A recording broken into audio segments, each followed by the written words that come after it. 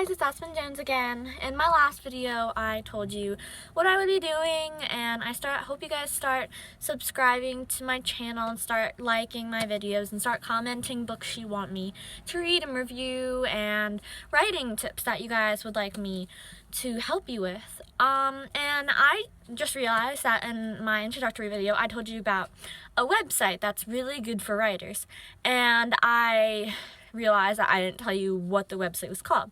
The website is called roundrobinwrites.com. It's a really good website for writers if you want to fill out the resume and join. Okay, so as I told you in the last video, the book I would be reviewing today is Keeper of the Lost Cities, Lodestar by Shannon Messenger.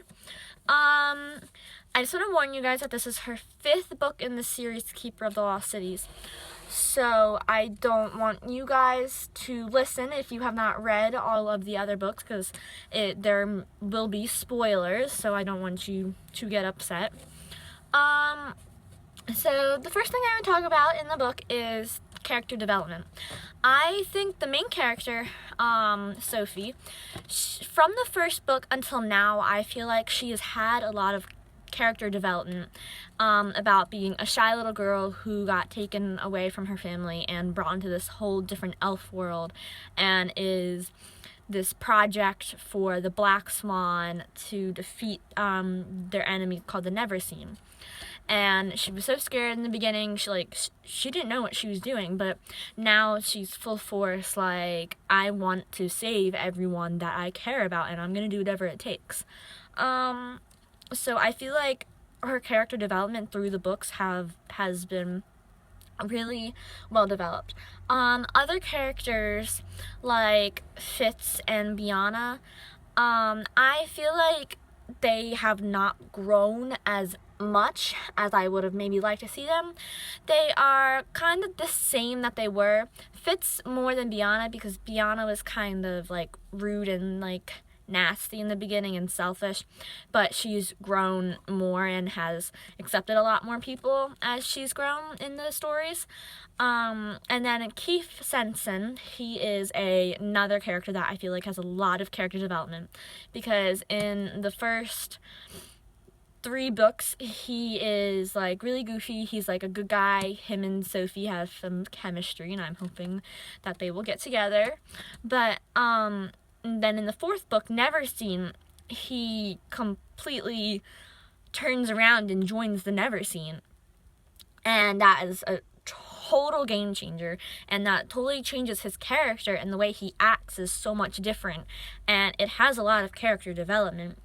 And then in Lodestar, more things happen with his character while he's in the Neverseen, because him and Sophie start having telepathic conversations, and they talk about what's going on, and he starts to try and make things up to her, which I think is nice, and that shows that his character goes back and forth between a lot of things. Shannon Messenger, who wrote the book, I feel like she has done really good research, because I mean there are so many like different powers, like mythical powers in the book, like telekinesis, telepathy, like the power of like empaths, like all these different kinds of powers. And like honestly, I didn't know what a lot of them were until I looked them up and I found out what they really were. And so she must have done a lot of research to try and like match up these powers, and I think that's really cool, because I feel like no matter what kind of book you write, you need to do some research. And then like, since they are elves and they live in an elf world, elves are mythical creatures. They don't really exist, but there are like, since they're myths, there are definitely some stories about them out there, and like I'm sure you could find things about them. So she must have done a lot of research to like figure out like what they might look like what they eat, so things like that, which I think is good.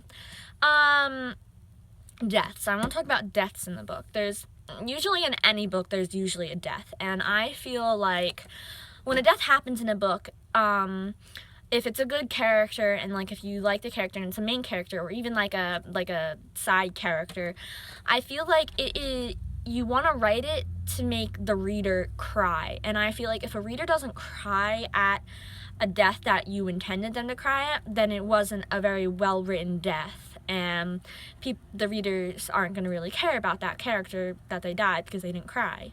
Yeah, they might be upset, but you want to pull emotion and make it a heart-wrenching death. And I feel like Shannon Messenger did a great job in this story because there were a few characters that died, and I know that I was crying. So that was really well written. Unless like it's a bad guy that dies and you're cheering, because I know I would cheer if a bad guy died. But if it's a good guy that dies, I feel like the writer should make it so that the readers cry. The description in the book, I feel like, is really well written. Because like everybody that lives in their world, like they live in basically castles, and I feel like she describes the castles really well. She describes the elves that live there really well, because between the elf world and the human world, the elves are what Sophie would call models. They look like upgraded models because they're so much better looking than actual humans because they're elves. And the way she describes them is really well. And the cover, I mean, all of her covers, I don't know who her artist is, but all of her covers, they are really beautifully designed, and I feel like a cover for a book is really what catches like a person who's shopping for a book. The cover is what catches a person's eye, and if it catches the person's eye, they'll read the back of the book, and then if they like the back, they will buy the book. And so if it's not a well-designed cover, they won't really look at it. But so I know that because I know I was at my friend's house one time, and she had the first book, and it was a really cool cover, and I was like, oh, have you ever read this book? And she was like, no, I've been meaning to. And I was like, well, can I borrow it? It looks really cool. And I read the back, and because it was the cover that caught my eye, and now I'm on the 5th book, so it's obviously a good series, but the cover is what caught my eye at first. So that's a really important thing, I feel, for books. So if this was out of a rating, I would rate this book 4 out of 5 stars. I wouldn't give it 5 stars just because some characters I feel like need a little bit more character development, but everything else was great, and I am so excited for her 6th book to come out. I mean, that's the downside to everything, because this came out in this past November, but now we have to wait a year for her 6th book to come out, and I really wish that we wouldn't have to wait that long, but I'm so excited to wait that long because I am excited for her book to come out, so it'll be worth it. But alright, I'm Aspen Jones, and I hope you guys enjoyed this, and I hope that even if you have not read the series, this has intrigued you to read the series. And the next book I will be reviewing is Stand by Becky Johnson. It is the 2nd book in the Charlotte Marshall Mystery series.